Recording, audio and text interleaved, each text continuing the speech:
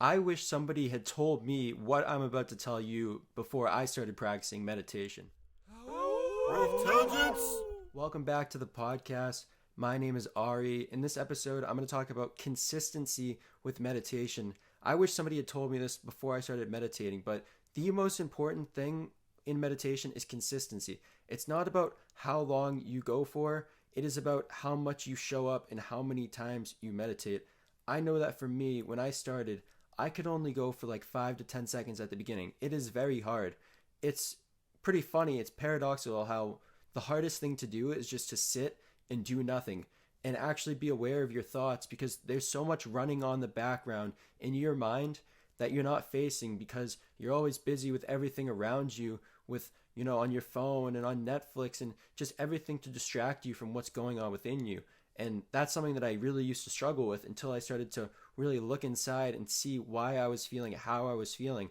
And meditating was a huge part of that. So once I could only start for 5 to 10 seconds, I built it up like a muscle, basically going every day. And it's important to do it it's better to do it every day for 5 minutes than to do it once a week for 30 minutes. It's important to start smaller. I know I started smaller, and then I worked my way to I could do 2 minutes and then 3 minutes and then 5 and 10, and now I can meditate for 20 minutes at a time, and it's great. It's something that I do right in the morning, pretty much right after I wake up, because it's something that affects the rest of my day and my mind in such a positive way, and that's why I'd recommend it to anybody. But like I said, it's basically like taking your mind to the gym. You're working a muscle in your mind, your awareness, your focus, being able to focus on one thing at a time and not having your focus and awareness kind of splintered or shattered in a million different directions, because that's really what it is. That's a good analogy for it. It's like you have kind of like a net that you try to capture things with in your mind, and instead of it all going on one object, it spreads out. It spreads itself in every single direction because you want so many things at the same time. Your attention is so focused on so many things at the same time.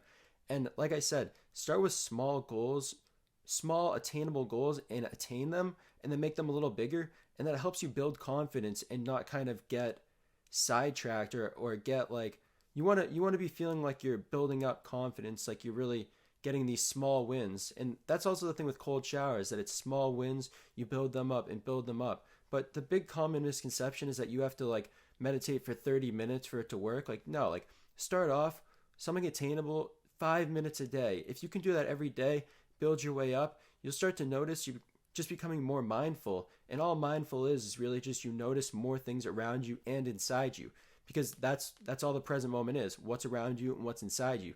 But oftentimes more than 50% of our attention is always on what's around us, and we neglect what's in us. And meditating is one of those times you can just introspect and kind of clear everything out of your mind. Go to the mental gym. Maybe running on a treadmill could be a good analogy to it. But I wish somebody had just told me that you got to be consistent and stick with it, because I've been meditating for about 3 years now, and it's absolutely amazing. But I know at the beginning, there were many times that I wanted to give up when I didn't see the results right away, because it's not a magic pill. Like, you got to actually show up and do it and deal with your thoughts and deal with your emotions. But once you do it, and once you get past a certain layer of, you kind of break through the wall of ego or the wall of fear or the wall of distrust, you start to go deeper. That's where all kind of like the magical emotions are, like the love and peace. And like, I'm just sharing from my experience. That's just how I've done it. And it really helped me because, as I've said before, like, I didn't ever really used to feel emotions. I was taught that like guys aren't supposed to feel emotions and express. And I realized how much I was just bottling it up and how badly it was affecting my mental health. So once I figured out how to use it constructively, one way through meditation, then that really helped me kind of just calm down, build back up, and just be more aware and more grateful of everything that's going on. And so that's it for today's episode. Consistency with meditation. Always remember, consistency, consistency, consistency.